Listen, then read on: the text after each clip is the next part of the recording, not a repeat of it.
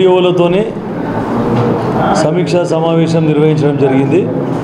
తర్వాత మున్సిపల్ కమిషనర్తోనే, ఎందుకంటే అన్ని గ్రామాలలో తర్వాత మున్సిపాలిటీ పరిధిలో ఇందిరమ్మ ఇండ్లు ఏవైతే ఉన్నాయో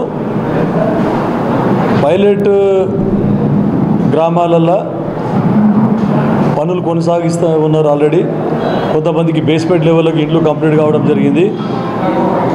వారందరికీ బేస్మెంట్ లెవెల్ అయిన వాళ్ళందరికీ కూడా ₹1,00,000 గ్రీన్ ఛానల్ ద్వారా వారి అకౌంట్లలోనే పైసలు జమ చేయడం జరుగుతుంది. అయితే ప్రభుత్వం ప్రతిష్టాత్మకంగా చేపట్టినటువంటి ఈ ఇందిరమ్మ ఇండ్ల కార్యక్రమాన్ని 3,500 ఇండ్లు ఒక ఫైనాన్షియల్ ఇయర్కి టేకప్ చేయడం జరుగుతుంది.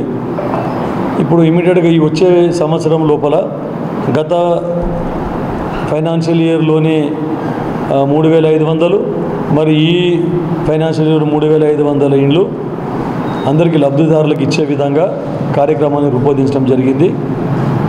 ఇప్పుడు ఇందిరమ్మ కమిటీల ద్వారా విలేజ్లో అందరి పంచాయత్ సెక్రటరీ ద్వారా అందరి ప్రజలతోనే మమేకమై ఫస్ట్ లిస్ట్ ఏదైతే ఉందో స్థలము ఉండి ఇల్లు కట్టుకోవడానికి ముందుకు వచ్చినటువంటి బెనిఫిషరీస్కు వాళ్ళందరికీ కూడా ఇల్లు ఇచ్చే విధంగా శాంక్షన్ చేసే విధంగా కృషి చేస్తూ ఉంది ప్రభుత్వం. ఇదంతా స్ట్రీమ్లైన్ చేసి ఇవన్నీ 21వ తేదీ వరకు ఈ ఇండ్ల బెనిఫిషరీస్ని ఐడెంటిఫై చేసి, అంటే అట్లా అర్హత ఉన్న వాళ్ళ దాంట్లోకి వెళ్ళి poorest among the poor first priority వికలాంగులకు, తర్వాత వితంతువులకు, ఒంటరి మహిళలకు, మొదటికే ఇల్లు లేని వాళ్ళకు, తర్వాత గుడిసెలు ఉన్నోళ్ళకు, తర్వాత కచ్చా ఇండ్లు ఉన్నోళ్ళకు, ఇట్లాంటి ప్రయారిటీ బేసిస్ మీద తీసుకొని మండలానికి ఇంత టార్గెట్ ఇవ్వడం జరిగింది. తర్వాత గ్రామ పంచాయతీకి ఇంత టార్గెట్ ఇచ్చిండ్రు. ఒక గ్రామ పంచాయతీలో కట్టుకోవడానికి ముందుకు రాకపోతే, ఒక గ్రామ పంచాయతీలో డిమాండ్ ఎక్కువ ఉంటే ఈ తక్కువ ఉన్న డిమాండ్ ఉన్న గ్రామ పంచాయతీ నుండి ఎక్కువ ఉన్న గ్రామ పంచాయతీకి మార్చుకునే అవకాశం కూడా ఇవ్వడం జరిగింది. ఈ స్థలాన్ని కూడా మనకు ఇల్లు కొంతమంది చిన్నగా అవుతున్నారంటే 400 చదరపు అడుగుల ఇంటి ఉండే ఇంతకుముందు రిస్ట్రిక్షన్, కానీ ఇప్పుడు 600 చదరపు అడుగుల వరకు కూడా కట్టుకుంటే కూడా బిల్లు ఇస్తామని ప్రభుత్వం చెప్పడం జరిగింది. అంతకంటే ఎక్కువ ఉంటే మటుకు వాళ్ళకు బిల్లు ఇచ్చే సమస్య ఉండదని, ఇచ్చే ప్రసక్తే ఉండదని కూడా ప్రభుత్వం చెప్పడం జరిగింది. ప్రభుత్వం ఏదానికి కూడా ఎన్నికి తగ్గే సమస్య లేదు.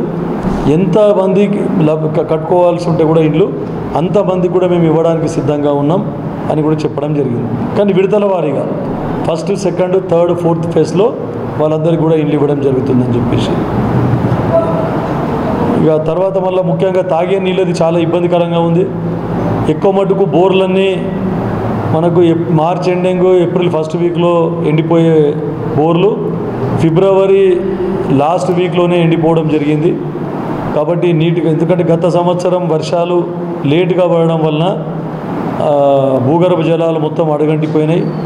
కాబట్టి ఎక్కడెక్కడ ఆల్రెడీ నాకు వచ్చిన ఫండ్లో ₹1,50,00,000 పెట్టి మొత్తం డ్రింకింగ్ వాటర్కి పెట్టడం జరిగింది ఎస్డిఎఫ్. అది కాకుండా ఇంకా కొన్ని చోట్ల పనులు కాకుండా మిగిలిపోయిన ఎస్డిఎఫ్ ఏవైతే ఉన్నాయో అది ₹1,00,00,000 కూడా మళ్ళా ఎక్కడెక్కడ నీటి ఎద్దడి తీర్చడానికి ఇది పెట్టడం జరిగింది. ఆర్డబ్ల్యూఎస్ వాళ్ళ వర్క్సే పెట్టడం జరిగింది. అదొకటే కాకుండా ఇంకా గౌరవ కలెక్టర్ గారు కూడా ప్రతి నియోజకవర్గానికి కొంత అమౌంట్, జిల్లాకి 2 కోట్లు 3 కోట్లు అది కూడా ఇవ్వడం జరిగింది. అది ఎక్కడైతే బోర్లు ఎండిపోయి బోర్లు పడకపోతే వాటర్ ట్రాన్స్పోర్టేషన్ గురించి కూడా పెట్టడం జరిగింది. ఇంకా స్పెషల్ నిధుల నుంచి కూడా కలెక్టర్ గారు రిక్వెస్ట్ చేయడం జరిగింది. ఇంకేమైనా ₹1 కోటి నియోజకవర్గానికి ఇస్తే కూడా ఇంకా ఎమర్జెన్సీ యాక్షన్ ప్లాన్లో 3.5 కోట్లు పెట్టినాం, అవి ఇంకా రిలీజ్ కాలేదు. అయితే ఇంకా ఎమర్జెన్సీ ఇంకా కూడా అధికారులు ఎక్కడెక్కడ అవసరం ఉన్నాయో అక్కడ 2 కోట్ల గురించి, నియోజకవర్గానికి ₹1 గురించి కలెక్టర్ గారిని అడగడం జరిగింది. ఇక్కడ కొన్ని చోట్ల గత ప్రభుత్వంలో వేసినటువంటి నాసి రకం పైపు వలన కొన్ని చోట్ల పైపులు పైనే వేయడం వలన అవన్నీ డ్యామేజ్ అయితే మళ్ళీ పైపులన్నీ రీప్లేస్మెంట్ చేస్తూ ఉన్నాం. సుమారు నియోజకవర్గం మొత్తానికి 10 కిలోమీటర్ల కొత్త పైప్ లైన్ కూడా వేయడం జరిగింది. తర్వాత నారాయణఖేడ్ మున్సిపాలిటీ గురించి కూడా బోరెంచే ఎన్ఏపి పథకం ఏదైతే ఉందో దానికి 94 లక్షలు పెట్టేసి ఇమీడియట్గా పనులు చేపట్టడం జరిగింది. అది దాంతో కూడా నారాయణఖేడ్ టౌన్కు నీటి కొరత లేకుండా చూడడానికి దానికి రివైవ్ చేస్తూ ఉన్నాం. మళ్ళీ షాపూర్ బెల్ట్ ఏదైతే ఉందో షాపూర్ ఫిల్టర్ బెడ్స్ దగ్గర అక్కడ కూడా 3 కోట్ల రూపాయలతో ప్రతిపాదనలు పంపినాం. అవి తొందరలో ఎమర్జెన్సీ బేసిస్ మీద శాంక్షన్ చేయమని ముఖ్యమంత్రి గారిని అడిగినాం. వారు కూడా శాంక్షన్ చేస్తే ఆ షాపూర్ ఫిల్టర్ బెడ్స్ మీద 30 గ్రామాలకి నీటి సరఫరా చేయడం జరుగుతుంది.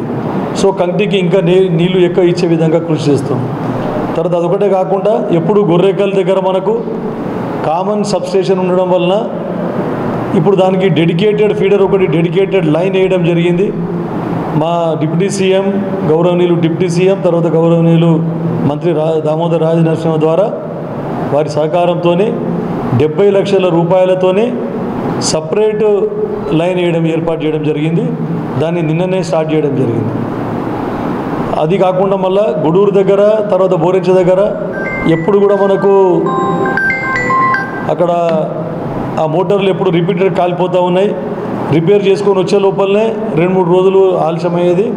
అటువంటివన్నీ నీళ్ళు అందకపోతే వాటికి కూడా కొత్తగా శాంక్షన్ చేయించడం 75 HP మోటార్లు 2 గుడూరుకు 1 బోరెంచకు 1 తర్వాత పోచారంకి ఒక 25 HP మోటార్లు అక్కడ శాంక్షన్ జరిగింది. ఎందుకంటే అవి పెద్ద మోటార్లు కాబట్టి వాటిని తయారు చేయవలసి వస్తుంది. కొత్తగా ఆర్డర్ ఇచ్చి 10 రోజులు అవుతుంది. ఇంకో 10 రోజుల టైం లోపల అవి కూడా మొత్తం ఫిట్ అయితే నారాయణఖేడ్లో 80% 90% నీటి సమస్య తీరిపోతుంది. ఇవి కాకుండా మిషన్ భగీరథ ఎప్పుడైనా నీళ్ళు లేకపోతే కూడా గతంలో వేసినటువంటి బోర్లన్నీ ఎక్కడికక్కడ ఫ్లషింగ్ చేయించుకోండి అని చెప్పినాం. గత ప్రభుత్వంలో మోటార్లు రిపేర్ చేయడానికే అన్నీ బ్యాన్ ఉండే. కానీ ఇప్పుడు ఎక్కడ అక్కడ లోకల్ సోర్స్ ఏమన్నా ఉంటే కొత్త మోటార్లు బిగించుకోండి, లేదంటే పాత మోటార్లు కూడా ఉంటే రిపేర్ చేసుకోండి. నీళ్లు అడగంటిపోతే ఫ్లషింగ్ అండ్ డీపెనింగ్ కూడా చేసుకోండి. దానికి కూడా ఫండ్ రిలీజ్ చేస్తామని చెప్పేసి చెప్పడం జరిగింది. Hi, this is Swati Dikshit. Please subscribe to SKS Fly TV.